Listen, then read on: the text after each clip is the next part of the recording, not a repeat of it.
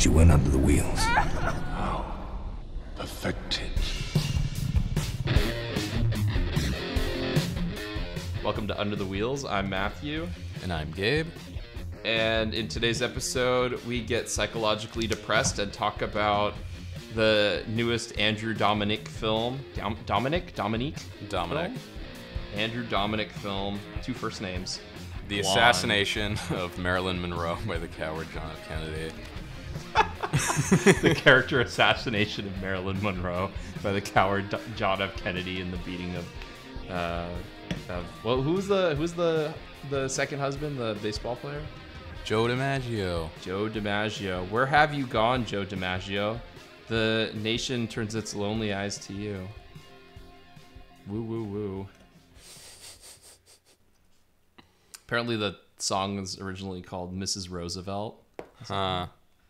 Okay, Simon and Garfunkel. Did he fuck Mrs. Roosevelt too or something? Maybe. I think they put it in... I feel like they put it in like someone was like, oh yeah, Simon and Garfunkel are big baseball fans. It's like, oh. So it's one of those references that doesn't make any sense. You're just putting it in to put it in. Got it. You know who he did fuck is Ted Williams. Ted Williams should have gotten that MVP, not him. Tell us more, baseball historian Gabe, who has watched all of Ken Burns' baseball, a documentary. Well, no, there's an infamous season where Ted Williams hit like 400, and was basically like playing god tier baseball. Yeah. And they gave the MVP to Joe DiMaggio, and the reason they did was because it was the voting for some reason was super close. And the New York Yankees writer put Joe DiMaggio number 1, did not include Ted Williams on his ballot at all, and that was enough to tip the scales in favor of the Yankee Clipper, Joe DiMaggio, and not greatest hitter of all time, Ted Williams. You know, as they say, fuck the Yankees. Fuck them. Fuck them. God, I hope Aaron Judge never gets another hit again. Yeah. I was about to ask you about that. The funniest thing is like, so first off, what team did Ted Williams play for? And secondly, Aaron Judge. He played for the Boston Red Sox. Oh. Yeah. Oh. That's why the Yankees sports writers were just a bunch of dirty bastards when it came to awards voting. Yeah. But that's, you know what? Hey, if you want to live in a democratic society. I love how our talk of Blonde starts with like 10 minutes of baseball talk. But the Aaron Judge thing, because I know, like, I follow a bunch of Bay Area sports writers. I think Adam Schefter was like 62 for 99 or whatever his number is. And all of the Bay Area sports writer responses were, cool, 11 more and you set the record. Yep. Yeah, I know. That's the thing. It's like he set the American League record. The other thing I was going to ask you is like, so do you feel like Bond's record is legit? No. The guy was okay, a lot of people were on steroids back then. Right. Obviously. Yeah. Yes. But Bond's his level of steroid usage was like, that was something else, man. Because he used steroids and his head grew 3 times that day. Yeah, like that's exactly what I was thinking. Like his entire body just swole up. Like, oh God, like Bonds with the Pirates was already an MVP caliber player, so it's like There's no doubt he would have had an amazing Hall of Fame career. But Bonds on steroids, holy shit! Like he was like 3 times like. He looked like Barry Bonds ate Barry Bonds. Well, I mean, to be fair, like it's not like he had to run around the bases because everyone just kept walking him. Get it? It's a joke. It's a baseball joke. Walk, don't run. Can you imagine if like half the time the people actually like threw to him and didn't just like walk him? Can you imagine how insane that record would be now? Ugh, I'd rather not. That's why someone was like, I don't know, man. Barry Bonds' record, if you've been walked that many times, you only have X amount of times to actually hit home runs. ... I was like, that's an interesting counterpoint. So, since you're since you're my resident only obsessive baseball fan anymore, my brother stopped being obsessive about it, but you follow all of the nitty gritty. So I thought I'd ask you about it, and the steroids and everything. Anyway, so yeah, Blonde by your boy Andrew Dominic. Hell yeah. Yeah, that's what we're talking about today. Do you want to give a brief synopsis of the plot of Blonde, if you even can? Sure. Marilyn Monroe was a person who existed, and then she didn't. You can look it up. Psychological Fever Dream, the movie. I mean, it's Blonde is obviously like pretty heavily fictionalized. I think it's like it's kind of ballsy in the way that like Jobs is ballsy, where it's like Jobs, so much of it is so obviously fake, and it doesn't make any attempt to be like, oh, this is like like how shit really happened. Blonde is kind of the same way, where it's like, this is very clearly not true, like huge sections of it. Like for example, there's a character in the movie, Charlie Chaplin Jr. He died several years after Marilyn Monroe in real life, but in the movie, he dies a little bit before. Yeah, the whole threesome thing didn't happen, apparently. But we'll get into that part in a second, I'm sure. What did you think of Blonde? I thought it was decent. It's one of those movies that, like, it has a lot of interesting things going for it, but yeah, it's just not enough. It doesn't come together as well as it needs to in order to work. So I mean, I think it's like the definition of a witness. Like it's the kind of movie that like it's worth watching. It's very interesting. But yeah, like I don't know. It does kind of get it does. I think what it's trying to do requires a lot of like just very flawless execution. There's not a lot of room for error, and I think what it's trying to do. So yeah, there is some error, and unfortunately, that really drags the movie down. Yeah, I haven't seen any of Andrew Dominic's films, and so like I feel like the technique is fantastic. I think Ana de Armas does like a great job. She puts in a great performance, but the movie is so long and it's so like miserable. And I mean, I also think like I think that like it could be kind of like you're gonna groan, but like I think unlike Jobs and The Greatest Showman, this movie's kind of like harmful towards people's perception of Marilyn Monroe. And so like for that, I'm just gonna like lower it. Even though the technique is fantastic, the performances are generally really good. I think I'm just gonna give it an it's fine. Because man, it was so long, and like it's so miserable. Yeah, I'm not like this whole. A lot of the discourse around like, is this harmful to people's perception of Monroe or whatever? I don't care. She's dead. No one gives a fuck. Like she doesn't know. She doesn't know what people think of her now. I mean, she died like 50 years ago. Yeah, I know. But like, okay, so here's what I mean, right? Okay, so you have movies out there that are basically just rehabilitation processes, right? So like, I was talking to my wife about this, and I was trying to figure it out, and she was like, "Oh, this movie's a lot like The Greatest Showman." And so this is like Blonde is like The Greatest Showman Marilyn Monroe movie. Like, what does the popular conscious want us to think about P.T. Barnum? Oh, that he's like, this like he's this amazing person who revolutionized entertainment. And it's like, no, he was an incredibly terrible shitbag, and the world would probably actually be better if he never existed. But you're gonna like gloss everything up, and you're going to truncate all of the nuance, or even all of the poor parts, just to hyper focus on one storyline.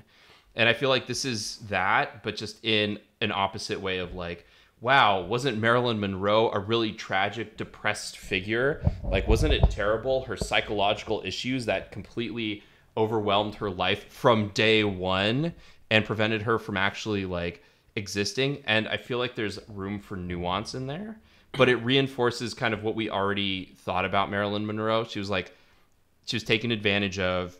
She was abused by the system. She was hypersexualized, but then the movie goes about and does all of those things to Ana de Armas's portrayal of her. And so it kind of just reinforces the exact same narrative that we've heard over and over and over about Marilyn Monroe. Here's kind of the interesting tightrope that I think it's trying to walk. So, like, I get why people responded very negatively to this. Another one of Andrew Dominik's movies, Killing Them Softly, I really, really like. Most people hate it. Critics liked it, and I think the critics are correct to like it. Is it another miserable, depressing movie? Sort of. But here's the thing, right? Like, I don't think saying a movie's miserable is just a statement of fact. It's not a value judgment. Only in America is it a value judgment. In other countries, you're just stating a fact. Like, only in America can you say a movie's miserable, and it's a pejorative, not a description.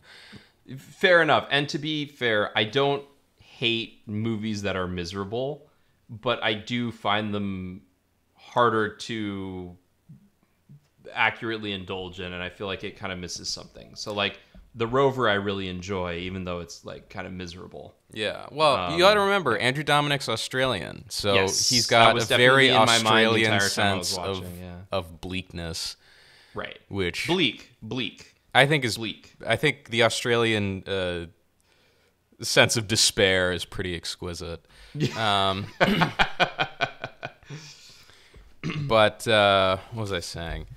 Killing Them Softly is so the Blonde is interesting because it thematically is sort of a cousin of Jesse James, the assassination of Jesse James by the coward Robert Ford. In that that movie is very much concerned with how culture creates meaning in the form of myth. And the way that it explores that is sort of how, broader American culture and American mass media creates a myth around Jesse James, how that myth is sort of perceived by people like Robert Ford, and then how it affects Jesse James himself, having to, like, being aware of it and having to live within it, despite being a human being and not some, like, archetypal figure. And eventually how, that comes to affect the life of Jesse James and the life of Robert Ford, up to and past both of their deaths. And that Jesse James is a masterpiece. That movie is absolutely a masterpiece. I would highly recommend everyone watch it. But I think that aspect of it is, you can kind of see that in Blonde as well.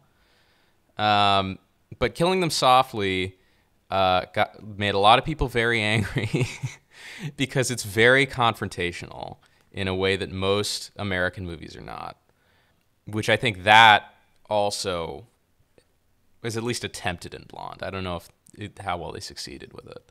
So what do you mean by confrontational? Killing Them Softly is one of those movies that tells the audience to go fuck itself. Which is, it's not a thing that doesn't exist in American movies. That happens in, like, European movies, that happens in Asian movies. You see that a lot in other cultures, but in American movies do not confront the audience. They don't say, fuck you, you're a bad person. I know, and this is actually a subject that we've talked about surprisingly a lot. which I find interesting, because I feel like it's the line of exploitation and then shaming the audience for indulging in the exploitation that you're providing, right? That's kind of what we're talking about. It can be. In Killing Them Softly, it's more political. In Blonde, I think it's more what you're saying. Okay. So yeah, because I think Blonde is very concerned with, again, like, how American culture kind of creates narratives about itself. And creates narratives around certain people that it places at the center of its cultural identity. In this case, Marilyn Monroe, the most famous American woman ever. So an appropriate subject. And the movie is similar to Jesse James and how, James is sort of eventually crushed under the weight of his own myth. Like Jesse James kind of engineers his own suicide to enshrine himself in the Hall of American Heroes, but at the cost of his own life and at the cost of like his family's well-being, and a lot of real human lives get destroyed in the process. Marilyn Monroe, same thing. Her life is destroyed in order to turn her, because the culture wants to turn her into this mythical figure. But then the thing that's different between Blonde and Jesse James is like, Marilyn Monroe becomes this through cinema, through images and movies. So, to an extent, the American public is like complicit in all of the horror she faces, right? Because without the American public, there's no point to her suffering. Like, it doesn't benefit anyone. Right. So that, I think what the movie is trying to do is it's trying to play that game where it's like, it's doing this sort of thing about like, okay, like, American culture creates this myth of Marilyn Monroe, the process of which destroys her, but the beneficiaries of which are the American people. Therefore, the American people, average movie-going audiences, are complicit in all of her suffering. And so we create a movie that, in its construction, embodies this concept. I think that's what they were going for. And the reason why I kind of say it's a witness at best is that, like, I don't think they totally successfully execute on it. They needed Tom Hanks in a really bad Dutch accent to just be like, oh no, you kill Elvis. You kill Elvis. Didn't kill Marilyn Monroe. You killed Marilyn Monroe. You and your public and your need to thrive off of her. Yeah, I didn't get that at all from the movie. I didn't get the public conscious at all. I just got maybe like the business side of it, sort of like the people who were taking advantage of her to sell. Which I guess if that's what you're saying, then okay, fair enough. Well, sort of, but the movie's filled with shots of Marilyn walking through public places and being drooled over in increasingly disturbing ways by photographers and fans and things like that. I think the film is trying to say like all those dudes whose mouths start growing through CGI. Yeah. I loved that. That was a cool part. It's saying like that's you who are watching this movie. This is you. Yeah. Not only that, but it's like, aren't you glad you paid streaming prices? Didn't you want to see Marilyn Monroe naked? Now look at your shame. Like, okay. I don't know. I guess because like maybe that's the subtext of the movie.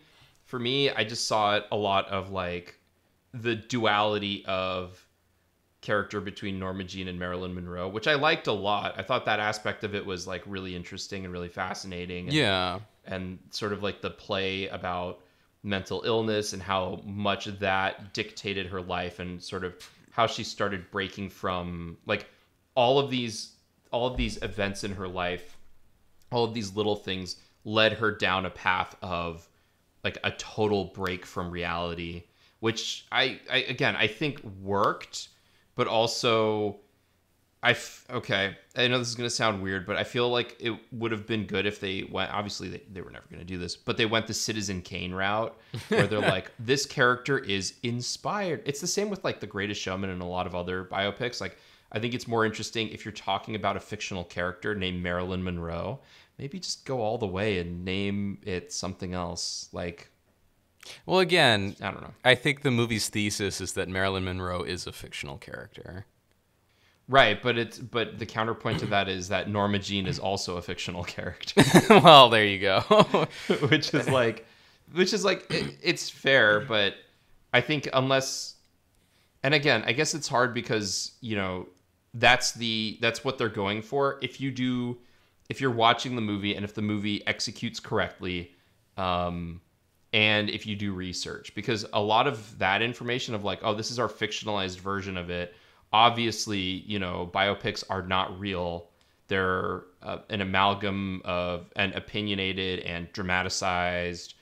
But it still tries to play it off as like, as real. And again, I when I was watching this, I was thinking of The Aviator and how it's like Howard Hughes, also insane person, also did all of these crazy things, but the movie doesn't dwell at like the triumphant moment of the movie is him overcoming his like debilitating obsessive compulsive disorder and going into the light and winning the battle against Pan Am, because Pan Am went out of style because it went out of business in the 90s, and we like beating up Pan Am. And you see that again with a lot of other things, but like with Marilyn Monroe specifically, it seems like any focus on her is always about how she, like, her downfall. Like 100%, she's a tragic figure, and we must portray her as a tragic figure. And this movie definitely doubles and triple downs on her as a tragic figure. Well, it's the thing. It's like this movie is, as you said, quite miserable. I think the thing it does is, a good job of being miserable. Too. Yeah, I think the thing is like there's so little like hope or happiness to be had that, at least for me, all the misery got a little tiresome, especially over an almost 3-hour runtime. Especially the very end of it felt like it dragged. Yeah, where it's like, I think if you had a little more positivity sprinkled throughout, that would make all of the misery actually more effective, because you get a break from it, and then you're like, oh, thank God, maybe like things will be okay, and then they're not. We really because we only really get 2 breaks, and they're not even great breaks. We have Marilyn's relationship with Edward G. Robinson Jr. and Charlie Chaplin Jr., which is like, they all really care about each other. They're like good friends. They get along, all that. And it's like, oh, this is nice. Like, they seem like a good group. And then it goes to shit, and you're like, oh, that sucks. And then, but there's always like this weird, like, sinister undercurrent with those two. Yeah. Which, like, kind of, like, when it does go to shit, it's not as like sad as it could have been, because they always seem kind of weird to begin with. Right. And then the other one is her marriage to Arthur Miller. It's like, okay, Arthur Miller is like, he's like a generally nice, like, sensitive guy who gets her. But even then, like, I think if their marriage was more like unrealistically idealized, the fall afterwards would have been more tragic. Because obviously, like, every marriage has problems. Their marriage had problems. So it's like, okay, yeah, you can show that, but you are, I don't know, you're not, I don't think it gave the audience enough of a emotional timeout right, from the rest of the movie, which is what I think that piece, the marriage with Arthur Miller, really could have been. Yeah. Is just like a nice break in the action that kind of allows everything to reset. So then when you get to the ending, which is really just, pretty horrible. Like, it's a horror movie, literally. It hits a lot around harder. And there's like a body in there. Like, what the fuck? Yeah. Yeah. Well, it's like, I always say this about Bong Joon-ho. He's really good at playing comedy and tragedy off each other. Mm-hmm. Like, he'll have like this really lighthearted, fun, funny moment, and then like kill off a really endearing character like in the next scene. And it hits like a freight train every time. But yeah, I mean, it's like that can be done. It can be done well. And I think if this movie, does not quite veering into Bong Joon-ho levels of like cartoonishness, but kind of mix the tempo a little bit more, it really would have helped. Yeah. I would agree with that. I mean, yeah. Because it's like, I guess would the agree other with that. example would be like Man of Steel, where it's like, it's like, okay, it's like the last hour of Man of Steel is nonstop action. And you think like, oh, wow, an hour of nonstop action, that sounds like a blast. That sounds like so much fun. But then you watch it and it's exhausting. Right. You're like, I want this to be over, fucking hell. So yeah, like you do have to break things up. Right. Yeah. I mean, not to like go back to the well too much, but I think Austin would appreciate a reference to like Watchers on the Wall is like, yeah, that's a steady hour of action, but it's got, like you said, it's got ebbs and flows. It's got moments of breathing, things like that. Specifically in regards to Man of Steel, because yeah, the Man of Steel is just like terribly. Oh my god, the end of Man of Steel is a nightmare. Well, the action in that movie is terribly allocated because there's none for like the entire beginning, and then the rest of it after a certain point is only action. Man, it's amazing that you made the most violent Superman movie ever, and it's just boring. That's the thing. It's like, oh wow, this is really cool, and then it doesn't stop, and you're like, man, I'm checking out. Well, it's like the best part of that movie is like the Dungeons and Dragons game that Zack Snyder's playing with David Goyer in the beginning, with like Kurt Russell riding on a freaking dragon for some reason, and then it's like, all right, Russell and we're Crowe, introduced. you mean? Oh yeah, Russell Crowe. Oh my. Well, God, that movie came out not long after Russell. Avatar, so I think that's the that's where they're taking their cues. I don't know, man. I think Zack Snyder's just a big freaking nerd in the body of like a superstar model. And so he's just like, hey, you know what's cool? Freaking dragons. You know what else is cool? Medieval fantasy sci-fi. It's like, okay. All right, Zack Snyder, you do you, man. Freaking Batman killing everyone. Like, oh, that's what everyone wants to see. All right, okay. Zack Snyder, I can't wait for Rebel Moon, where Charlie Hunnam like broke his back. All right, let's do it.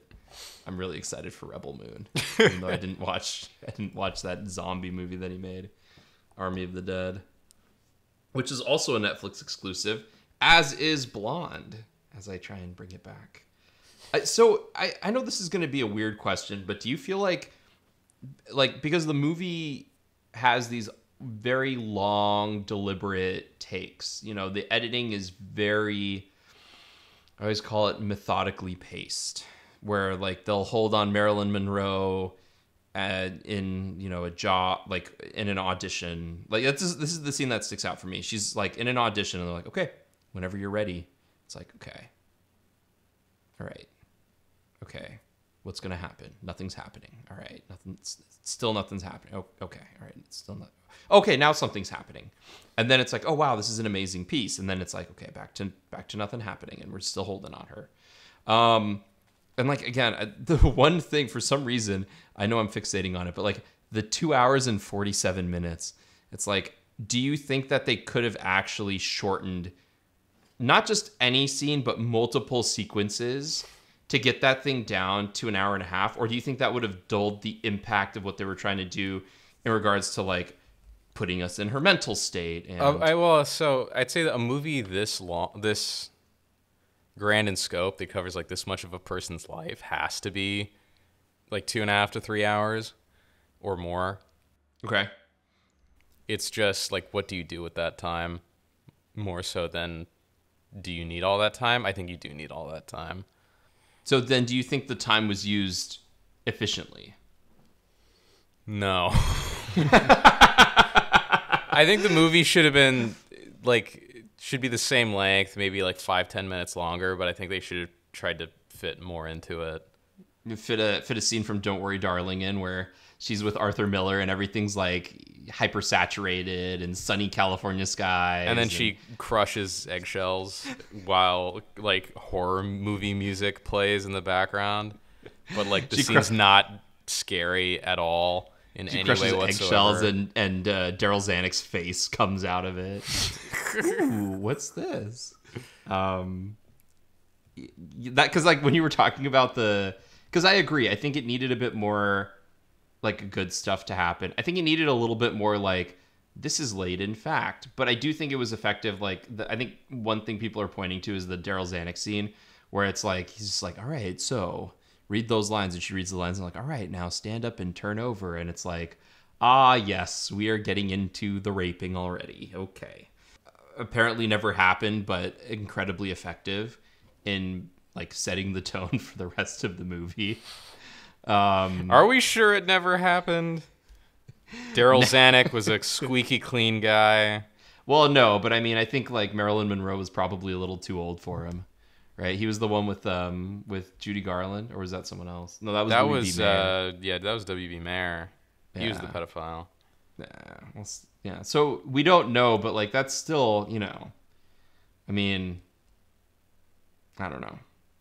Probably happened, but maybe not. But maybe not that. Marilyn person. Monroe is a reported victim of Daryl Zanuck. Oh, really? Yeah, including along with Jane Mansfield, Ann Sheridan, many others. Okay, all right. Because I had read that was like. That was very clearly like liberties taken with the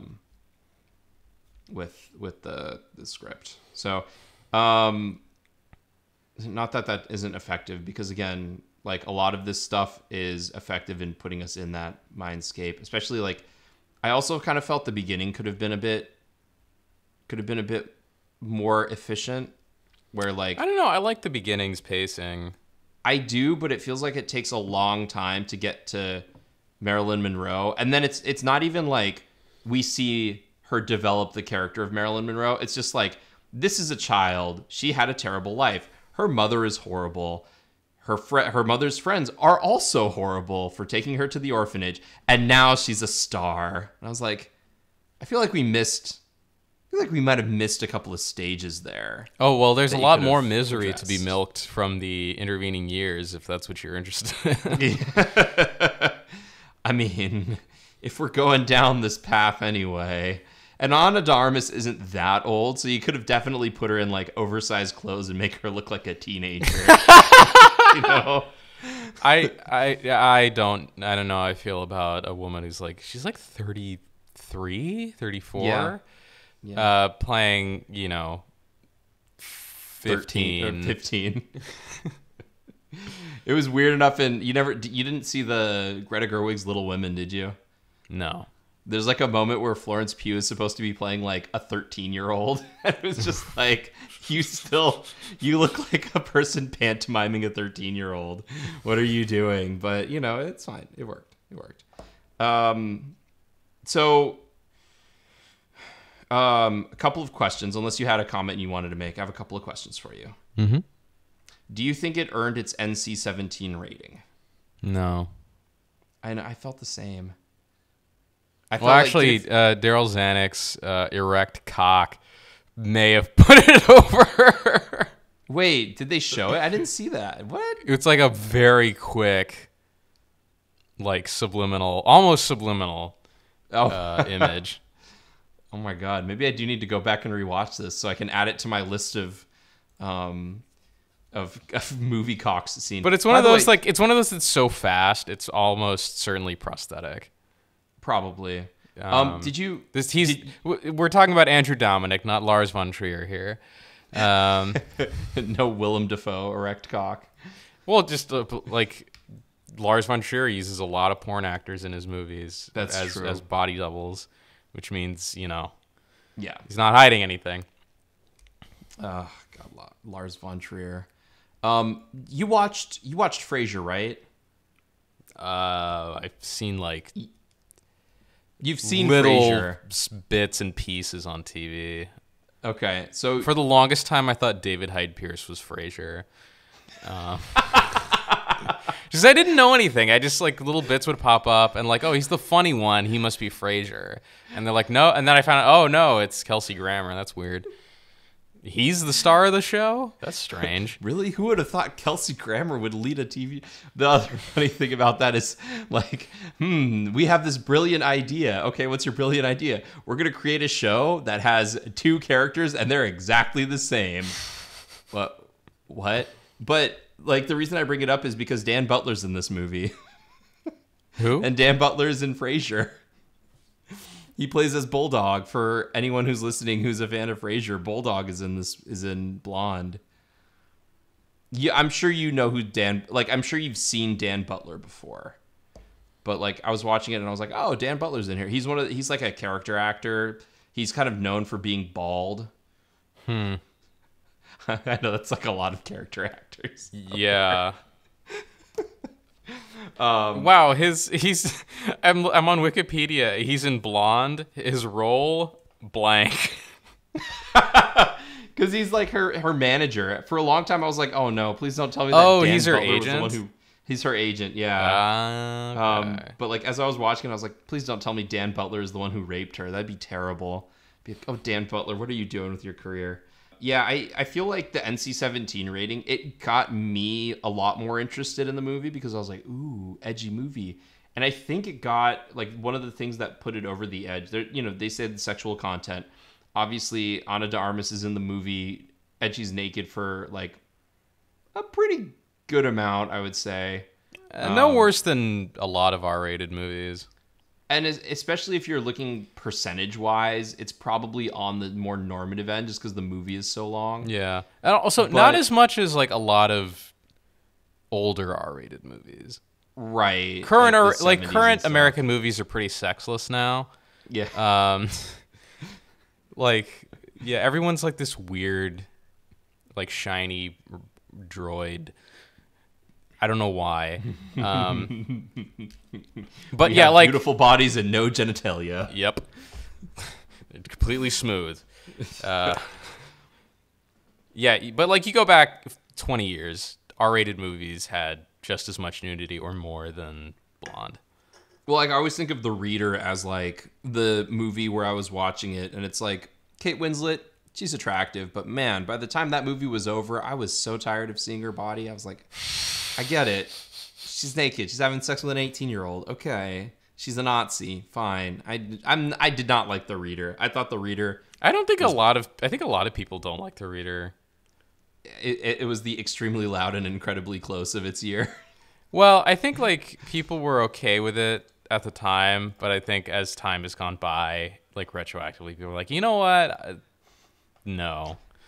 You know what was a shitty movie? The Reader, because we need to feel sympathy for sexy Nazis. Like, no. I didn't realize Scoot McNairy was in this. I always like Scoot. Apparently there were a bunch of people, and like I didn't recognize a good number of them. Like I recognized a handful of the ones I was like, oh yeah, of course. That guy. Like Bobby Cannavale I recognized. Garrett Dillahunt's hard to miss. Garrett Dillahunt's hard to miss, and his like... I'm surprised you know who Garrett Dillahunt is. He is in The Assassination of Jesse James by the coward Robert Ford. He was in two shows that my brother loves, The 4400, and he played a creepy guy in that, and he was in he played as the bad Terminator robot in the Sarah Connor Chronicles. My brother loved that show. And so he's just known for playing creepy guys like across the board. There was something that we had watched recently. What was it? I think he was in Where the Crawdads Sing, and he was the abusive father. It's like, Garrett Dillahunt, you're like the Kmart version of Eli Roth, or no, not Eli Roth, Tim Roth. God damn it. Garrett Dillahunt was in this. Yeah, I think the reason I heard that one of the reasons it got the NC-17 rating was for the like quote explicit blowjob she gives John F. Kennedy, and I was watching it and I was like, well, this is bad because I feel like Ana de Armas is about to like puke at any moment just because it's... Well, she even says try not to throw up, try not to throw up. Yeah. But like apparently Ana de Armas on set was like, oh no, I felt so... I mean, you know, she's not one to like shy away from nude scenes. We've all seen Blade Runner 2049. Yeah. But you know, she was like, oh, I felt so safe on set. Like I felt like it was a really good atmosphere. Even that scene, everyone's making a big deal about it. And I was like, people are making a really big deal about it, but it's not like it was like Brown Bunny or whatever. Like this is very, it's about as tastefully done as you can get while still being incredibly like horrifying. Yeah. Like I was kind of surprised, and maybe it's just because it goes on so long and it pans out and it's the audience watching and everything, and it's like the people who are viewing the movie were like, oh, this is making me feel horrible, just like you said, and they're like, this is a horrible piece of trash movie. Any movie that makes me feel this way about the way I view movies deserves not to be seen by anyone. And then Netflix is like, oh, you know what's going to be our number one marketing ploy? NC-17 rating. Which is also kind of like ironic about the movie that's critiquing and commenting on the exploitative nature of all of this. Is like Netflix in their back pocket is like, the ones behind that one like kid beauty pageant movie. They got in trouble in their advertising. Yeah. And then in this, they're like, the movie, it's so bad. It's so, it's like the real raw story of Marilyn Monroe. It's raw because it's NC-17. And it's like, well, it's not like it's raw, but it's not like the raw story of Marilyn Monroe. It's like a fanciful mind interpretation. Yeah. But that NC-17 is interesting because it is like, I don't know, it is grabbing a lot of audiences in a way that, kind of plays into what the movie's doing, where it's like, oh, you're here because you wanted to see Ana de Armas in an NC-17 movie, didn't you? You fucker, you fucking piece of shit. Fuck you. Aren't you a terrible? You know what? To be fair, that is part of the reason I wanted to watch it. So, yeah, you know what? I feel terrible about it. So good job, Andrew, Dominic, and Gabe. But yeah, no. It's one of those things like you can get away with it on streaming and you can't really get away with it in theaters. This movie would just die in theaters with an NC-17 rating. Mm-hmm. But yeah. Because you can't advertise. You can't advertise it. You can't really promote it. You'd release it unrated. Mm-hmm. And then still not have people come in, and it would limit your screenings. I'm sure you wouldn't be able to show it until after a certain time. And yeah. Yeah, whereas with this, they could just have a bunch of people write news articles about it. Mm-hmm. And boom, there you go. And then Netflix can be like, "This is the movie that they don't want you to see about Marilyn Monroe." It's like, is it because it's the Greatest Showman version of? It's Marilyn the movie Monroe? They don't want you to see. Gotti. They don't want you to see it so bad. We're gonna release it to a streaming service that no one has. Well, do you remember that? Like Gotti famously got a 0% on Rotten Tomatoes. And then the way they changed the marketing to be like, come see Gotti, the movie they don't want you to know about. I do remember a little bit about. I just remember it got the infamous 0%, and I was like, is it really that bad? Maybe I want to watch. No, I'm not interested. What platform was that on? Wasn't that like it was released in theaters? Was it? It was sponsored by MoviePass, wasn't it? Yes, sir. God, 2018, man. Before Kelly Preston passed away. Only relevance is because she was married to John Travolta, and like it was really sad when she passed away. It was really sad when John Travolta's beard passed away. I was about to say that. Yeah. So I'm kind of with you. I don't think that it really earned an NC-17. I think like if anything, it helped the movie. Mm-hmm. Reach number 7 in streaming on Netflix theatrically made movies. So depressing. Like when I saw that it was only number 7, I was kind of like, oh wow. Well, I think it was number 1 for a few days. Okay. People just zipping ahead. Yeah. Total watch time. As you can imagine, it's not only did critics react poorly to it, but audiences reacted poorly to it as well. I wonder how badly they did, because I saw the reception on Rotten Tomatoes and I was like, okay, I'm guessing that it's pretty much like while you're watching it, it's like, wow, this is incredible. And then you reflect on it and you're like, wow, maybe they didn't hit the mark. Like that's kind of how I felt. Like as I was watching it, I was like, wow, this is an incredible thing that I'm watching. They're compiling it and putting it together in an amazing way. Okay, it's starting to feel a little long with the whole, like the last half of her life felt like, oh man, this is not something I want to watch. But of course you can't stop watching it. It's like a train wreck. Yeah, the audience score on Rotten Tomatoes is worse than the critic score. Yeah, because I wonder if the marketing worked counter to it, because like I felt like the way that they were advertising it was like the raw story of Marilyn Monroe, and it's, you know, the depiction of the events is raw, but it's very much like the psychology of it, to me anyway. I think I've made that pretty clear. Is like what it feels like to be in her head and like a stream of conscious, I guess. I don't know. Well, yeah, I mean the movie's it's impressionistic. It's not your standard exactly like, just shot reverse shot like lame bullshit that we see all the time. Yeah. Yeah, I mean Andrew Dominik's very very good as a like technical director. You know, Jesse James, going back to that one, it's photographed by Roger Deakins, which helps. But Right. like it is maybe one of Roger Deakins' best looking movies. Well, that was the issue that year. It was the reason that what's his name won. Robert Elswit won was because it was split between the assassination of Jesse James and No Country for Old Men. Those come out the same year. Yep. And because he was duo nominated, and it's like, well, some people think that The Assassination is better. And it's like, man, that was going to be the year. That was supposed to be the year. Yeah. Yeah. So I mean, you know, that movie looks amazing. Killing Them Softly. It's a lot more like grungy and gritty, but like again, the way it creates images and edits them together is pretty astounding.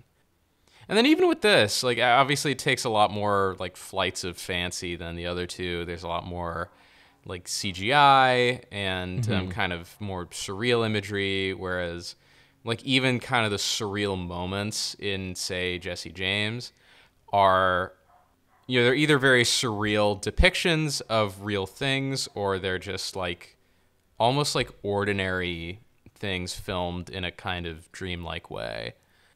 Like there's a shot of like water dripping into a bucket in Jesse James that's done in a really interesting fashion that makes it feel like a dream.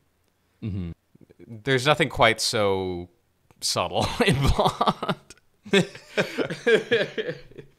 You know what's funny? I know we're both on the Rotten Tomatoes page. It's funny that the audience says it doesn't matter how well active or creatively filmed it is. Watching Blonde is a really unpleasant experience. And I mean, let's go to Michael Haneke for comment. I think that the film, yeah. Fuck you! You deserve it. You wanted to see a Marilyn Monroe movie. I just think like I think you're right, because I'm like just staring at sort of like they have, you know, the Blonde photos, which actually brings me to one more question I wanted to ask you about the movie. But just looking at the photos of it, and you see like, you know, the glamorous shot of the recreations from the movies where they insert Ana de Armas in instead of, and like, you know, remove Marilyn Monroe and recreate the scene with Ana de Armas instead, which I always like when they do that. I think, you know, I agree with you that it's a tightrope. And I know when I'm editing the episode, I'm going to be like, you know what? I really do want to rewatch Blonde. Don't. I won't, because it's so long. But like, and again, we haven't even touched on Ana de Armas's performance, which we should. But like the idea of like the tightrope that they're walking, it's like you can make this incredibly miserable experience, but okay, I'm being a little dramatic. Like you can make a very bleak picture, but you have to make sure that everything that you're talking about, everything that you're doing in it is executed perfectly. And only then will it be like, oh, I get what you're doing and I get what you're saying. And even though it has sort of a pessimistic view or like a bleak viewpoint, there's beauty in that. And I understand what you're saying. And, you know, it does, you know, I don't know. Man. Have you seen anything by Andrei Zvyagintsev? I think that would kind of blow up your whole thesis there. Is he the one who did A Hero? No, he did. A Hero is Iranian. Zvyagintsev is Russian.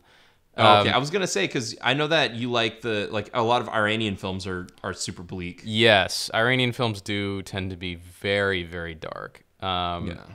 Asghar Farhadi is the Iranian director that I like a lot. Okay. Or among others, but I mean he's kind of the big one. And then Zvyaginsev, he did like Leviathan, Okay. Loveless, The Return.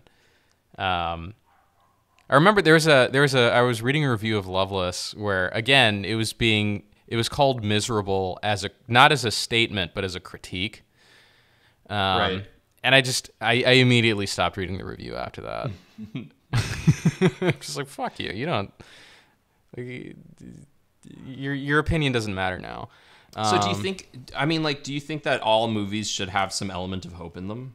No, Okay. absolutely not.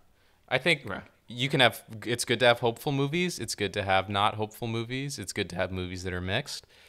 All of the above are valid. Yeah. I think I just reject this idea that misery is not a valid experience or subject for a movie. Well, so like The Pursuit of Happiness, for example, is just a movie that I absolutely hate. Not because it's got Jaden Smith in it, which most people probably think is the reason. It's just like That's what I would have thought was the reason. it feels like it's supposed to be. Well, it's part of the reason. And the other part is because they misspelled happiness with a Y. But it's such a miserable experience that doesn't. By the time it builds to something satisfying, the thing that it builds to that's satisfying is like Will Smith clapping his hands because he passed a test. That's the mistake they made. Right. You see, Loveless, for example, just because I saw it recently, is miserable. It's also obtuse, and there's no hope ever, and there's no happy ending. That's why it works. Loved it. It was amazing. It's an incredible movie. But that's why it doesn't try to pass off all this misery as being somehow worth it because Will Smith passed a test in the end. Mm-hmm. The whole point of the movie is this misery wasn't worth it. Like this misery does actually suck, and it doesn't have to be this way. So a movie like Midsummer, which like I really don't like, would you say it's kind of in the same vein where it's like, because like I thought that was a miserable movie, but I thought it was miserable because the characters made a really dumb mistake in the beginning, and by doing that, it's the only thing that led to the rest of the movie going forward. And because of that, I was like, why am I here? Midsummer, I am very milquetoast on. Okay. I don't think it's miserable. I think it's dull. It's also pretty bleak, though. Well, but every horror movie is bleak. Every good horror movie is bleak. So yeah, that's fine. It's a scary Not every movie good horror where movie like is bleak. I would say so. Most of them are. Most of them are. Like horror movies, they're dark and creepy and terrible shit happens. But the whole point is like it's fun because it's scary and you see like cool monsters and like freaky images and there's like moments of building tension where you get excited and you're like, oh no, what's gonna happen? That's the whole point of horror movies. The reason why Midsummer was kind of meh for me was that like tonally it's appropriate for a horror movie, but there wasn't just enough like cool horror shit to carry me through. I thought I would rather the characters be put in situations that continually led to something where they were in an unwinnable situation or where they had to pick like I don't know the right way to say it, but just like from the very beginning I was like, these characters are stupid. I don't care about any of them, and therefore anything that proceeds forward in the movie is basically just null and void for me. That's I think understandable. that was my main issue was like these people are being real dumb. But that's like a thing that happens in a lot of horror movies, unfortunately. I guess, but other horror movies like they handle it in a way where it's like, okay, I still want to go forward and root for them. Like, well, by the time they drank the pay, I think the issue with Midsummer is that it's not that the characters are just dumb. I think it's that the characters are kind of like petty, selfish, stupid, and gross. And they're aside from Florence Pugh, they're all unlikable. Yeah, so they're like the bad decisions they make are actually like really in character for them. Yeah. Like like a likable horror movie hero with good like what we would consider sort of virtuous qualities wouldn't act like that because their virtue would sort of prevent them. But like these characters are a bunch of like awful, obnoxious, petty, selfish, stupid shitheads. So yeah, the things they do, their bad decisions, make perfect sense within their character and their world. So I think like that worked. That was fine for me. Like a bunch of shitty people getting their comeuppance. Like that's not a terrible idea for a horror movie. I think again for me there just wasn't enough horror stuff, and there was too much like standing around in fields, being like, "Oh, we're in a field." Isn't the cinematography amazing? Look, we overexposed the camera. I don't know. I probably should have left as soon as I was like, I don't like any of these characters. They're dumb choices, or because like then there's nothing to anchor me. You know, it's like, okay, Florence Pugh, she's usually great, but now that she's been sort of like stumbling along into this journey, I don't care. Well, it's like in a horror movie, if you're using kind of the slasher format, which most horror movies follow kind of a slasher format. Like you don't need to have likable characters. You just got to have good kills, you know? Right. And you have to have something satisfying. Yeah, and that, like, again, I wasn't like satisfied. that was my issue with Midsommar. Like it was lacking on the good kills. Yeah. Cuz like I don't know. You asked me to name any character from a Giallo movie, I couldn't do it. But if they got some good kills, it's a fun movie. You know, name any character from any slasher. Like I don't know. I don't know anyone who's in like Friday the 13th or Nightmare on Elm Street. But there's some pretty awesome like deaths in those movies. So yeah.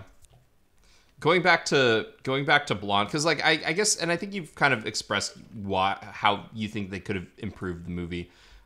So two things. One, what do you think the purpose of the using black and white was? Because I was trying to rack my brain. The best I could come up with was something psychological. But why do you think they use so much black so and here's white? the thing. As I was watching the movie, the reading that I was thinking about that, like, why are they changing aspect ratios and going from black and white to color and all that? My thought was that, like, at first I was thinking it's like, oh, well, maybe when it's color, we're with Norma Jean. When it's black and white, we're with Marilyn. And that didn't really hold up super well halfway through the movie. So I thought, like, well, okay, that's not holding up. Maybe it's more that when we're in color, the world perceives our heroine as Norma Jean. When we're in black and white, she's perceived as Marilyn Monroe. It's about it's about what gaze is on her, essentially. Then I read an interview, the infamous interview with Andrew Dominik. The infamous interview. Ooh, I did not read this interview. Yeah, it's an interview where where a woman who was working on a Marilyn Monroe documentary, and is also like a kind of a peer of Andrew Dominik. Like she's sort of a small time filmmaker, film critic type person, but like she's very knowledgeable and can like speak to Dominik's she and Dominik can speak on the same terms about movies and stuff. And she asked him a bunch of questions, and he gave very like kind of like non-answers. Like she gave a lot of like what about questions, like, well, what about this aspect of Marilyn Monroe's life? What about this? What about this? What about this? And Dominik said, I don't care, in short. And she said, well, do you think you have a responsibility to whatever, anything? And he said, no. Just pretty baller, honestly. If you have a problem with it, make a better Marilyn Monroe movie. I made mine. Well, so one of the questions she asked was like, what was the shifting between color and black and white? And he said it was really just, we were trying to recreate certain images from across Monroe's life. And so they were recreated in the format that they were originally taken in. Really? And that's it. Oh, no. But. Yes. As David Lynch would say, conscious actions have different subconscious intent. Wait, how would David Lynch say that?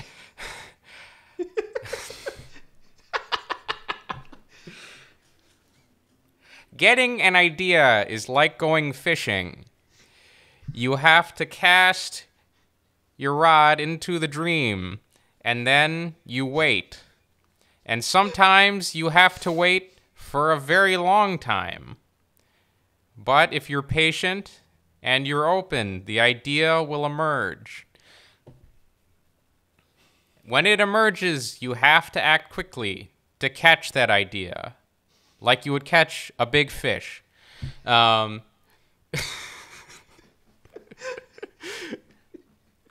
So my second potential interpretation, whose gaze is on our protagonist, kind of works in the sense of Dominic's non-answer. Yeah. Because if the color palette and aspect ratio is determined by images they're trying to recreate, most of the images of Marilyn Monroe were in black and white. So most of the black and white is us seeing Marilyn. Okay. Whereas like color seems to be more of like the default, where we're seeing Norma Jean. Yeah. So it's like, I think it is, to some extent, it seems like, oh, well, there was no thought into it at all. But as almost like an unintended consequence, like it takes on a life of its own. It takes on a life of its own. Like we do end up either intentionally or unintentionally, because again, Andrew Dominic comes across as the kind of guy who's not going to show his hand. Like people will ask him like, what does the movie mean? And he'll say like, whatever. Literally, he'll just probably say whatever and then walk away. Because like a lot of his non-answers come across not as someone who didn't think about things, but as someone who's like, it's not my job to tell you what the movie is. He said other stuff about the movie's reception and things that indicate that he knows more than he's letting on. Yeah. Or that he's probably even happy with the way it's being received. Or that he's happy with the way it's being received. I don't know. Because like someone asked him about gave him all these different things about it. Like, is it like people saying it's exploitative, people saying it's gross and miserable, people saying it's anti-abortion and yada yada yada yada. And he made some comment that kind of indicated like, yeah, like he knows more than he was pretending to in that other interview. But yeah, so it's like you, whether intentionally or not, you do end up getting kind of this contrast of gazes, where you have like the sort of public eye's view of Marilyn in a lot of the black and white stuff, because they're recreating actual images that were created for public consumption and titillation. And then in the color sections, that it's more just like a movie. Or like they didn't have reference for it at the time, so... it's using more of just like a standard cinematic language and not like this like cheesecake publicity sort of language, Right. Well, I mean, it's interesting because it's like, okay, well, certain shots were clearly filmed in black and white, or like the Some Like It Hot sequence, which was my favorite part. Well, one of my favorite parts was like the Some Like It Hot part in the movie.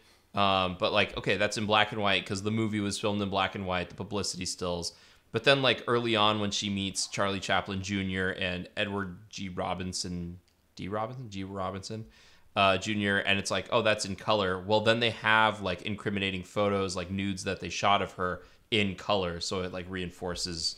No, the nudes are in black and white. Oh, were they? Okay. Yeah. Okay, I thought the they had scene nudes where in color, they show the nudes is in color, but the photos are in black and white. Got it. Okay, it's an interesting take, and like you said, like what they started off doing, just like when the glint in Harrison Ford's eyes in Blade Runner, and he's got like the replicant glint in his eye, and Ridley Scott was like, oh, I'm gonna change the whole thesis of my movie because of that one shot. You know, even though it doesn't work as well that way. The movie's like less thematically coherent. If he's a replicant, yeah. They go in and digitally just take it out. It's like, it's fine. Harrison Ford's eyes are lifeless in that movie. And I'm kidding. We love you, Harrison Ford, in that movie. That's why we have it at the end of every episode. Well, and the other interesting David Lynch connection is that this movie does draw a fair amount from Fire Walk with Me. Interesting. Like the emotional arc of the story is basically the same in both movies. And even the sequence, like at the end when Marilyn dies and she's looking into heaven and stuff, like that's super Lynchian. And again, Lynch famously refuses to explain anything he does. Right. Like there's that great clip of him in an interview where he says Eraserhead is my most spiritual film. And then the guy who's talking to him, no. Yeah, he's like, could you elaborate? And he says, no. That's it. Or like Eraserhead is probably one of his most straightforward movies in terms of like how you would read it. Right. And like people, but you don't read it as a spiritual movie. No, you don't. But the other thing is like people come up to him at like these talks and things during the Q&A portion and offer him like a very straightforward textbook obvious reading of Eraserhead, and they're like, is this what Eraserhead's about? And he just says no, it's not. I also feel like part of it is him just messing with his audience. Well, I think it's something else. I think it's that he doesn't want to put an authorial stamp on what the movie means because he believes that would destroy all meaning that it has. That's fair. And the other thing is, as soon as an author says what their work is about, all of a sudden, it's almost like there's no room to interpret. Jordan Peele! Which, like, sometimes, unless you're one of those people who are like, well, I don't know, the more I watch it, the more layers of the onion of The Shining come off. And now what it's about is, you know, I don't know, like, best processes in order to grow your grass the most efficiently and in, you know, like, ultra sunny climate while being threatened by a psychopath with snowballs or something. Like, what? I don't know. Not all interpretations are equal, but yeah, well, but it's like I think the idea of the author not commenting, or like Spielberg not doing commentary tracks, and Scorsese no longer does commentary tracks, and he always says like, well, I never think about like the literal meanings of my movies, but I think about the feeling of it. Yeah, it's like, okay, cool, that's a much more, you know, like that I can get behind. Well, it's like, you know, commentary tracks are more interesting, not in terms of them saying like, this is what the movie means. The Indiana Jones's hat symbolizes whatever. It's right. It's saying like, oh, for this shot, I remember on this day, you know, like my car broke down, and then blah blah blah, and then this really funny thing happened. Like that's what's more interesting about commentary tracks. Yeah, I think almost always the technical aspects. Yeah, and I think what kind of annoys me about Jordan Peele is that like his movies, he makes really good movies, and they're really interesting to like think about and talk about. But then he goes and explains what they're about, and I'm like, you're ruining that's like half the fun is just like the audience getting to come to their own understanding of what you're doing, and of what this thing is. You know, like, don't ruin it by saying like, oh, Nope is about this. I mean, maybe he wants to be like, guys, this has gotten way too out of hand. I'm not the savior of cinema. Let me ruin parts of my movies for you so that you no longer have to like put me on such a high pedestal. I'm just a guy who likes to shoot fun shit. Stop it. This isn't about, you know, Cuban Missile Crisis or something. Just let it be what people think it is, you know? Yeah. Well, I feel like he's almost gotten this, like, especially Jordan Peele has almost taken on this, like, speaking of attributions and mythic quality, like, as a filmmaker, because we both probably get a lot of news articles in our feed about, like, film and the business and stuff, and it's like, it almost seems like they're putting Jordan Peele on, like, this pedestal where he's like, this is the new savior of cinema. Kind of they like found the biggest pedestal they could get and put him right on top of it. And like, if I'm him, I'm probably like, guys, that sounds terrifying. Slow your roll. Yeah, that would be like the worst thing ever. Now Like, I bet he made Nope in the hopes of, like, making his really shitty movie. You know how everyone's like, all right, I got to make a shitty movie so that people get off my back and then I can start making good movies again. Well, and I think it's almost like him trying to make like a silly, fun blockbuster. It's like, oh, hopefully, like I want to make a big, fun, like loud movie, you know? Yeah. And just kind of get out of the get out of the mold of the first two. Let us get out of this mold. And Hollywood said, nope. We're going to pretend like this is the deepest shit ever conceived. When it really is just like a good, fun blockbuster. Yeah, and like again, the fun parts aren't like for me as like from the filmmaker side, the fun parts are the Easter eggs they put in. Like, oh look, there's an Akira Easter egg. Oh look, this is an allusion to Neon Genesis. Like, oh look, this is not just an illusion. According to Wikipedia, it's Nope is literally a derivative product of Neon Genesis Evangelion. I remember the box for Princess Mononoke was like Roger Ebert saying like, this is the Star Wars of animation. And I was like, oh, cool, Star Wars animation. That, yeah. Nothing like Star Wars. It's like, Nope is the US version of Neon Genesis. It's like, the worst part about that DVD box is the foil cover where Ashitaka's sword looks like it's made of light. Yeah. So it's like, oh, it is like Star Wars. It is like He's got a beam sword, like, and he's dressed in traditional. He looks like he's dressed kind of like Luke Skywalker was, and it's called Prince. I remember when I first watched it, I thought that Ashitaka was Princess Mononoke. I was like, what is this? Like, what is this movie? Like that little elf boy, Zelda. Yeah, Princess Zelda. Or that one Space Ranger, Halo. Or, the main character who's running around with a gun on her arm named Metroid. Or that guy who's always like he's like deciding the fate of the universe, and he's always standing in front of a red planet. Mass Effect, Mr. Mass Effect, or the main character, Call of Duty, the soldier guy, Call of Duty, or Medal of Honor, or the main character, Battlefield, and his spin-off game, Battlefield 1942 or whatever. Yeah. Wait, which one of these guys is Bad Company?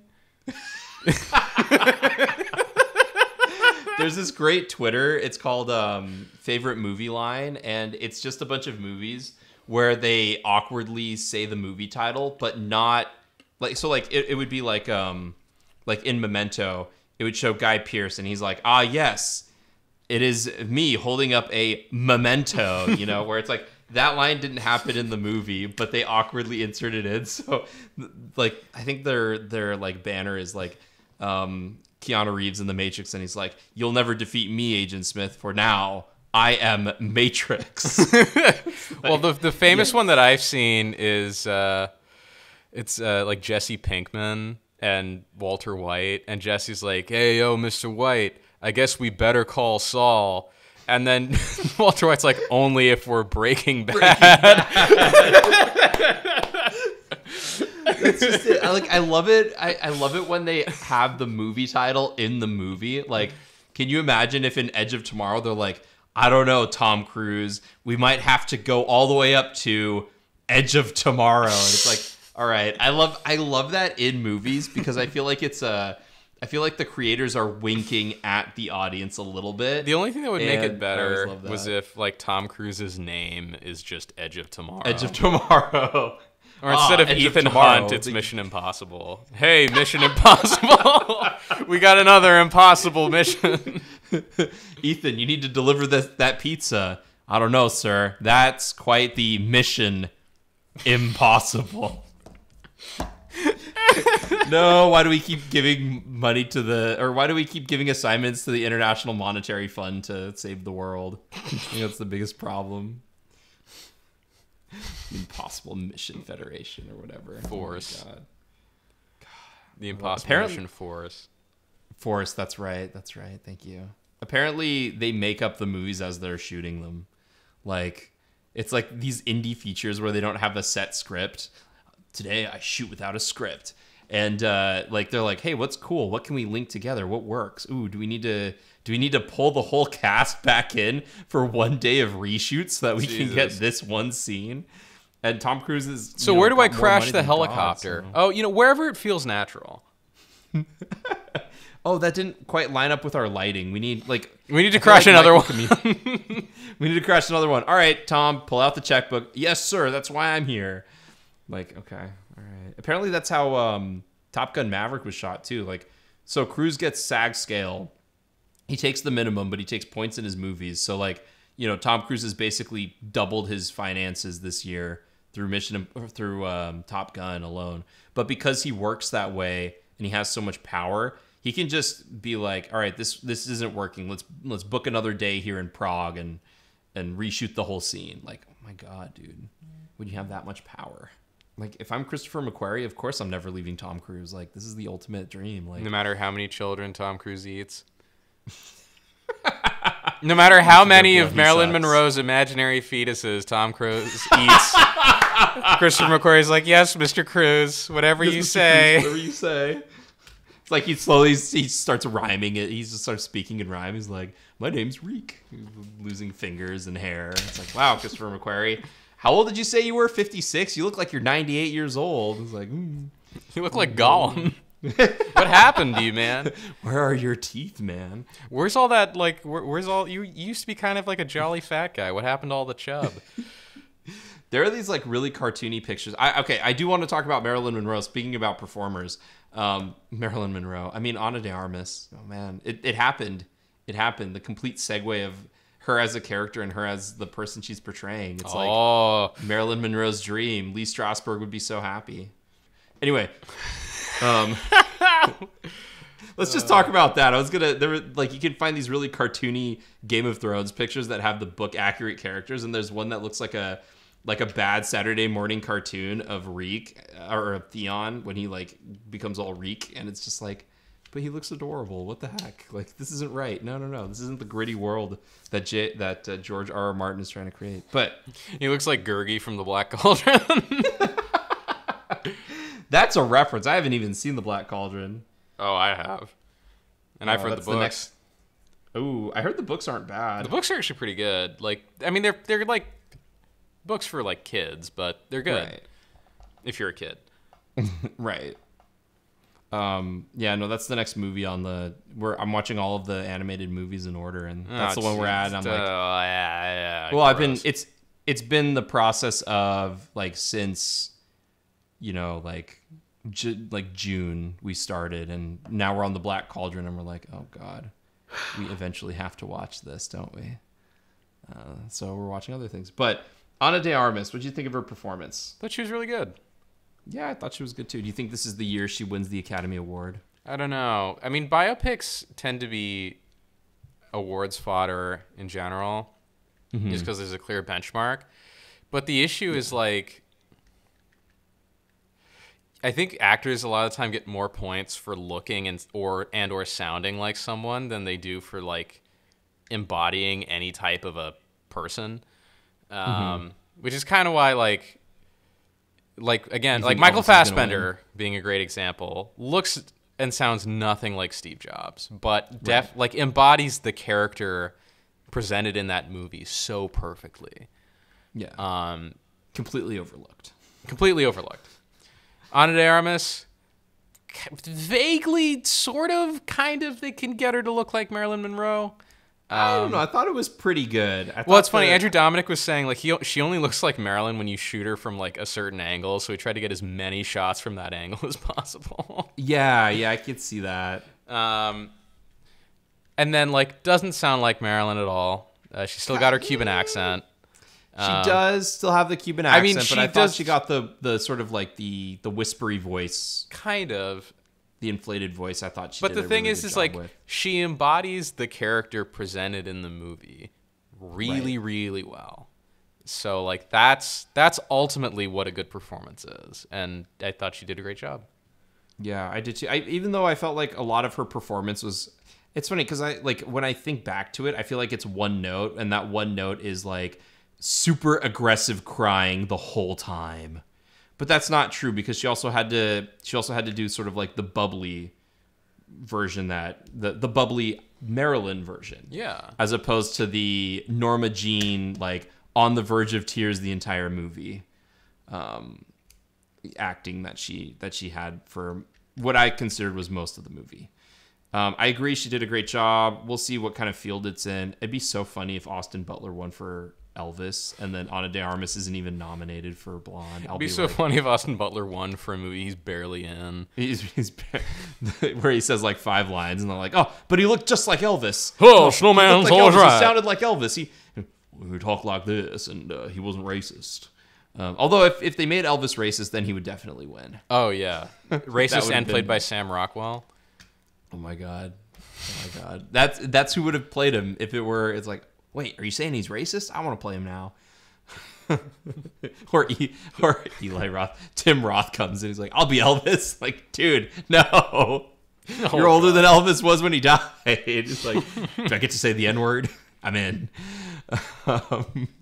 I feel like if we ever meet Tim Roth, he's going to beat the shit out of us. He's going to be like, guys, I choose good, compelling roles. I don't just choose roles where I get to say the N-word. But do you, though? Do you, Tim Roth? Look, I've seen the facts, okay? I've seen the stats.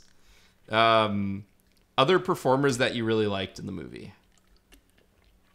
Were there any? Adrian Brody's always good. He is. I was just thinking that. That's the only other person I would really like cling on to is like Adrian Brody. I thought did an excellent job and kind of a role that's both complex because you got to embody the character, but also pretty one note because you just have to be perfect. Yeah. Like, well, the other thing, it's like a lot of the other characters in the movie are pretty hollow. Like they're pretty one dimensional. I think like, you know, even Marilyn sort of suffers from being too one-dimensional at parts. I would agree, and I think that's one of the problems with the movie is that she is one-dimensional, but it's also works in the movie's favor oddly. Kind of. I think like it's like there's hints of multidimensionality to her in the movie, and I wish those had been expounded upon a little more. But like Bobby Cannavale, you know, he's always good. I think like he's always solid. He's always solid. It's like his Joe DiMaggio is fine. I think he's more interesting not when he's like pissed off and freaking out, but like just that really interesting dynamic of like he doesn't understand Marilyn at all, and he just sees her as Marilyn, not as Norma Jean. So like there are these really great moments where they're talking to each other, and she's like trying to like find some sort of connection with him because she so desperately wants to just feel connection to people, because that's what she's been sort of starved of her whole life. And he just kind of wants to fuck her. And so like they're talking and she says something that's very much in her wheelhouse, and he just has the most blank look on his face. Like that's like A+ acting right there. Yeah. When he's just like, yeah, what? Sure. Very cool. Thank you, Marilyn. Very cool. Like that, like that stuff is great. Yeah. That's great. Anytime she's talking about acting is like, I thought were really great moments because like Marilyn Monroe was a super She took it very seriously. She was a hardcore method actor. That's why she had like Lee Strasberg, and I can never remember her name, but they mentioned her in My Week She's with in Marilyn. My Week with Marilyn, that awful movie. Yeah, I know. I was gonna say, does this redeem Marilyn Monroe movies because you can forget about My Week with Marilyn, which I can never forget Eddie Redmayne's dry lips hanging open in every shot of that movie. They have that. Isn't there a scene in that movie where like Michelle Williams' body double like strips naked, and it's like right next to a pond, and it cuts to Eddie Redmayne and his dry lips, and you're like, no, she's coming out of the shower and she's dripping wet with water, and then he's looking at her like, oh, water. It's like he's not looking longingly at Marilyn Monroe's body. He's looking longingly at the water because all he wants, give that man a cup of water. Needs a drink, for fuck's sake. He's so dehydrated. Craft services, just get him a glass of water and some chapstick. Please. So I don't have to suffer through him through like mist. A whole other meaning to thirsty. Eddie Redmayne's character was thirsty the whole movie. Oh, like in that what? No. He just wanted a glass of water. Yeah, when Eddie Redmayne's talking about Marilyn Monroe thirst trap photos, it's Marilyn Monroe with a glass of water. Water.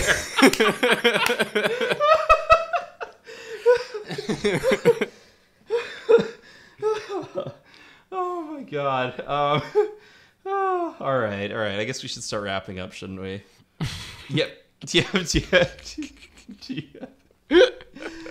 I will say I did like the use of visual effects. Oh, and I really loved the music of the movie. I thought the music was fantastic. I love the music. I love the cinematography. I love the kind of the impressionism of it, the weird flights of fancy. I love how blown out all the highlights are. Like not in a pretty way, but in like a almost like dreamlike and sometimes even nightmarish way. Yeah. Yeah, I really love all the stylistic choices. Ana de Armas is a fantastic actor. She does a great job in this movie.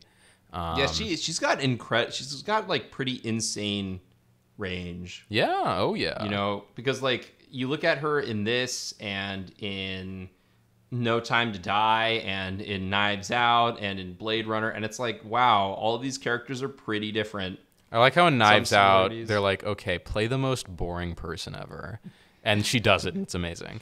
The other thing is, like, not only is she, like, kind of a boring character, they're like, all right, and we're going to make Ana de Armas supermodel body look dumpy. Like, okay, wow. Ana de Armas, you really can't do anything. Wow, incredible. Yeah, I think it's just, like, it does not allocate its resources as well as it should to make a movie that's not just tragic but compelling and tragic. Yeah. I will say there's a very cool comment from Planned Parenthood about the movie, which I think ties, like, it's up there with Sam Elliott in terms of like most media illiterate comment ever. Like, it's on the Wikipedia page, right? I think so. Like, Sam Elliott's comment about Power of the Dog is the most media illiterate comment I've heard of 2021. I think Planned Parenthood's comment about Blonde is the most media illiterate comment about a movie in 2022. Because what did they say? Is this the as film and TV shapes many people's understanding of sexual and reproductive health, it's critical these depictions accurately portray women's real decisions and experiences. While abortion is safe, essential health care, anti-abortion zealots have long contributed to abortion's stigma by using medically inaccurate descriptions of fetuses in pregnancy. Andrew D's new movie, Blonde, bolsters their message with CGI talking fetus depicted to look like a fully formed baby. Is it that one? Yes. Mother, why don't you want me? Because my mom is crazy and I'm worried that I and you will be and end our life early. Let me be responsible here, okay? Yeah, so super, like, these people have no idea what the fuck a movie is. Just, like, the reason the fetus is depicted to look like a fully formed baby is because it's Marilyn Monroe's imagination of what it looks like. Yeah. Not because it's medically accurate, you fucking morons. I like how, like, that was something that threw them off, and then, like, earlier in the movie, they have that scene where she's in the threesome, and it's, like, all blurry, and it's like, you know, Marilyn Monroe wasn't actually just, like, a blurry blob when she was having sex. Oh, yeah, like she didn't turn into streaks of light when she was having threesomes. Like, oh, really? Oh, really, Planned Parenthood? I didn't know that. It's funny because like I remember when what was it? Juno came out, and there's another movie, but they were kind of like, yes, Hollywood is like, as much as Hollywood says they're like pro-choice, they're very much like pro-life, and all of these movies about women getting pregnant and having babies, and it's like, well, you bring up a good point, but you know, like it's true. There aren't a lot of movies about women deciding to have abortions. No, but like I understand where you're coming from. It's interesting. I'll think about it. I won't. I mean, here's the thing. It's like abortion also, has a lot of emotions tied up in it. Yeah. I think to portray it as really anything loaded. that's not really loaded. Yeah, to portray it as anything that's not super loaded, super emotional, and super stressful is a little bit disingenuous. I mean, it cannot be those things in certain cases, but in general, like people do have very strong feelings tied up in it and very strong conflicting feelings. Well, I'll also say, like, I think another one of their, and I would actually take kind of issue with this, is like sort of the idea that Marilyn, because what happens is she finds out that that the psychosis, is that inappropriate to say, that her mother has is hereditary, and she doesn't want to suggested that it may be that hereditary. It may be. She doesn't want to pass it to her kid with Charlie Chaplin's kid. And so she goes, but then like midway through, she's like, no, wait, no, I don't want it. And then they go through with it anyway. So like, I could see them taking issue with that. And then later on when I guess she's impregnated with John F. Kennedy's like freaky baby. Did you remember that CG creature? Yep. That was growing in her stomach. And then they like get the Secret Service agents to take her and like very aggressively cut it out, and like she wakes up the next morning and like her stomach is bloody and her sheets are all bloody. Like I could see them kind of maybe being like, it's definitely promoting like, you know, back alley coat hanger abortions as a thing. And like, because I remember when I saw it, I was like, oh my God, that's horrible. Was it promoting or depicting? Depicting. Fair enough.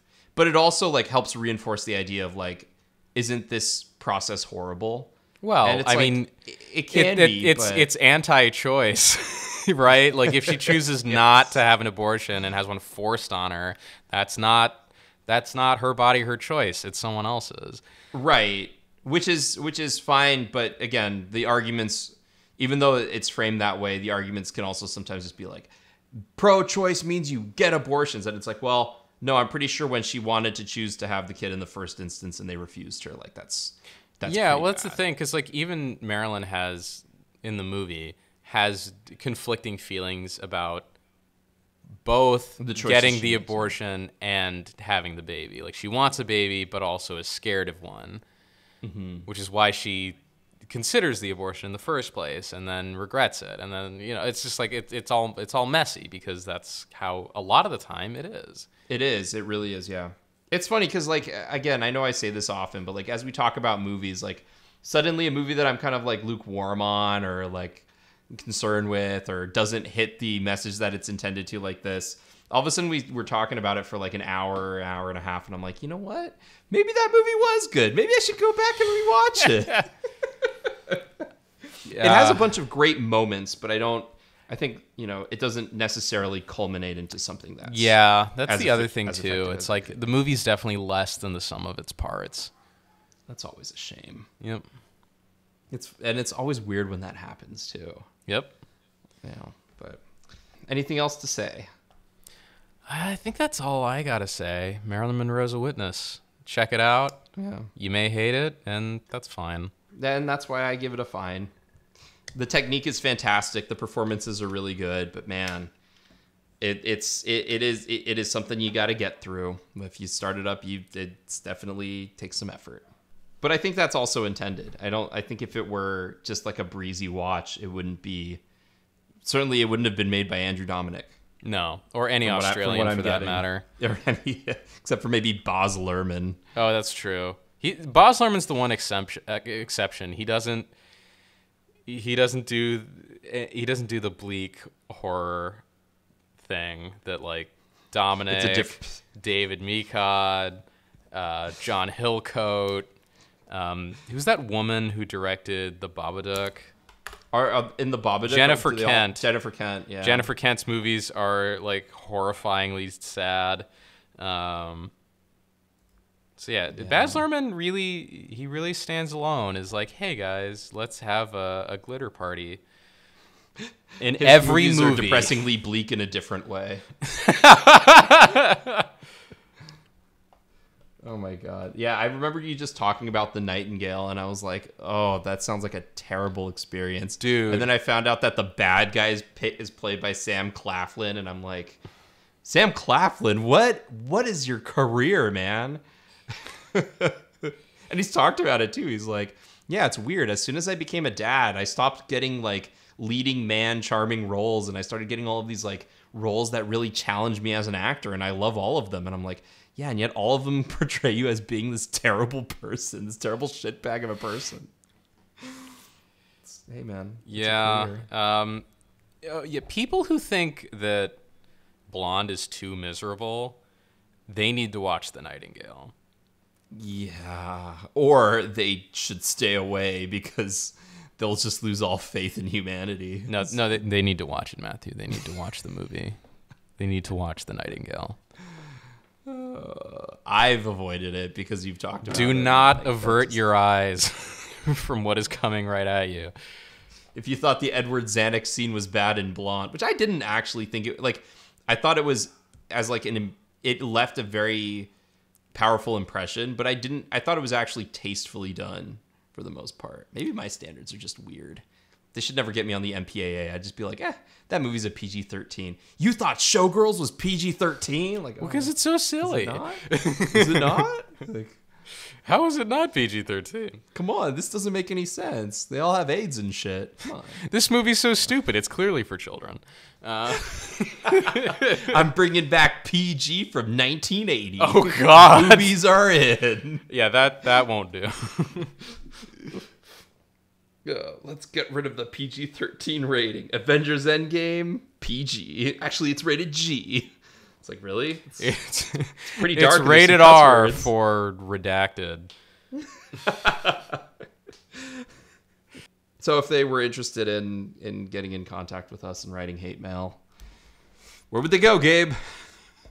You can tell us all about how Blonde is an irresponsible exploitation of a dead person who has no idea any of this is happening and doesn't care because they're dead. You can reach us at video@underthewheels.com. Or I would to be fair, I do feel that way. I know you feel that way. I don't. I don't think it's slander either. Like it's miserable, but like no one's saying like Marilyn was a bad person or something like that. No. That would be something else if we're like, if this movie was like Marilyn Monroe was actually worse than Hitler. Like, okay, okay, you're crossing some serious ethical lines right there. But I wonder if we'll ever get to the point where we see Marilyn Monroe as anything more than like a victim, though, of like a victim of circumstance. Like, well, she's either a victim or an icon. That's an icon of victimization, and then both. At the end of the day, yeah, that's what she's become. I mean, like I said, this movie's about how culture creates narratives about people. And culture has created narratives about Marilyn Monroe, and it's continuing to do so right now. I mean, the movie is a participant in it. The audience is a participant in it. The critics are participants in it. We're all guilty to some degree. Anyway, if you want to confess your guilt in the great cultural project of whatever the fuck is going on with Marilyn Monroe these days, confess it to video@underthewheels.com or Facebook, YouTube. Like and subscribe on Apple Podcasts. We're on Stitcher as well. Music by Mike. Nice. And It's like you're like Barry Bonds, man. You just hit a home run with that one. oh Or, yeah, who's the guy that you hate right now? Judge. Aaron Judge. Fuck that guy. Yeah. By the time this thing actually gets out, we'll know if he's like set the new home run record. How many games are left in the season? They're in the postseason. Oh, They're in they're playing the wild card round right now. Oh, okay. All right. Okay. Is it? Do they have that 1-game wild card again, or is it like done? Too many. They have a new fans. format that's more like the NFL now. Oh God. Wait. Take 5 minutes. What's the new MLB wild card format? Fuck. Okay, I gotta look it up. Okay. I'm looking it up now too.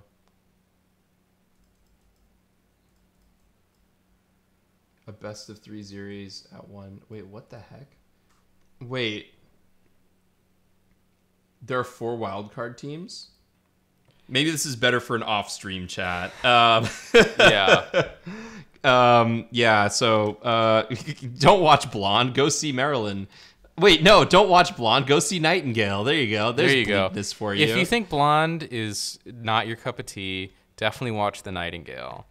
And then... And then maybe it'll be a little bit more your cup of tea. yeah, and then maybe it'll be more your cup of tea. Or if you want a similar bleak experience done remarkably well, go watch Stalker. Oh. It's not similar to Blonde, but Stalker, it is bleak. don't no. Stalker's completely different in like every way. they're like not. It's like that. That's not even apples to oranges. It's like Worse acting, better execution.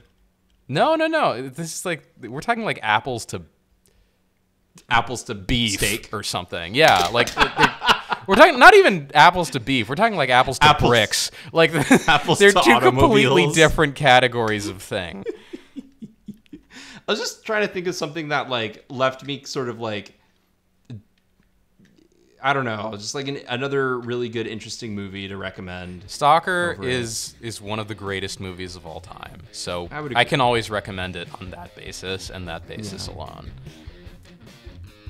But it could also help prime you for movies that are going to be kind of like, not necessarily in your wheelhouse. Well, I mean, it'll prime you to have an open mind. And not walk in a straight line while still walking in a straight line. Yes, the straightest path is not always the shortest. It's, yep. In the zone. In the zone. I was going to say all the mathematicians in the world are now burning our podcast. They're burning their phones and buying new ones just to burn them. It's like, that doesn't help us at all. On that note, I'm Matthew. And I'm Gabe.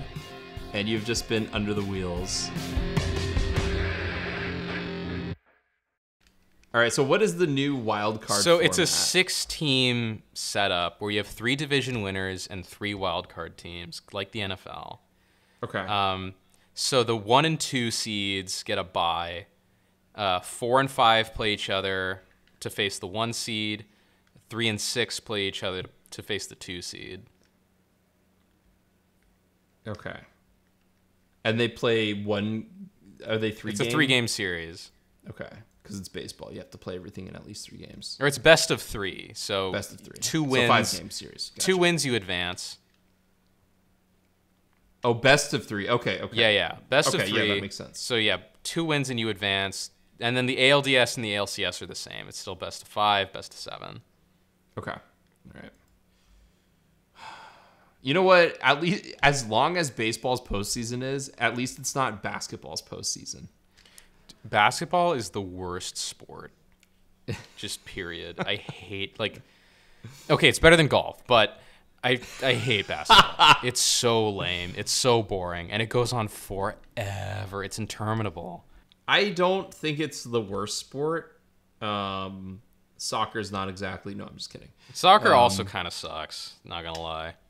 I think basketball is at least like it's interesting because of I don't know. I think if you have a really good team that you root for and then you get to watch a lot and you're like, oh, okay, so that's where the nuance of the game comes because that's always where like the most interesting part of any sport is, right? It's not just like the execution of the same plays; it's all of the nuance that goes into it. Like in football, there's so Are you talking many about different... college basketball? No, I'm talking about NBA. I don't know what you're talking about then. Nuance in the NBA? What? Well, like, They don't just like pass it to the... LeBron James every time. They don't just pass it to a three-point shooter who then either shoots or draws a foul, and then that's it. Repeat ad nauseum forever. I mean, not the games that I watch. No, maybe it's only because I watch mainly like the playoff games, and I don't really care about the regular season, like a real basketball fan. But I mean, I think like because that accounts for maybe 45% of the game, which granted is pretty bad. But then watching other teams where they have to like move the ball around, move it in space, figure out how to cross the line when it's getting close into the final quarters, realizing how many coaches in basketball don't know how to do math. All that stuff's interesting. It's just like in football when you're watching football and they're like, all right, man, we got to go for 2 right now. It's like, really? You're down by multiple scores. Why don't you just go for 1? Why are you going for 2 right now? And they're like, no, man, we got to go for 2. Yeah, but if you don't get it, now you have to go for 2 on the next score too. Why not just wait until you absolutely have to? I love football too. Anyway, I like football. Finished.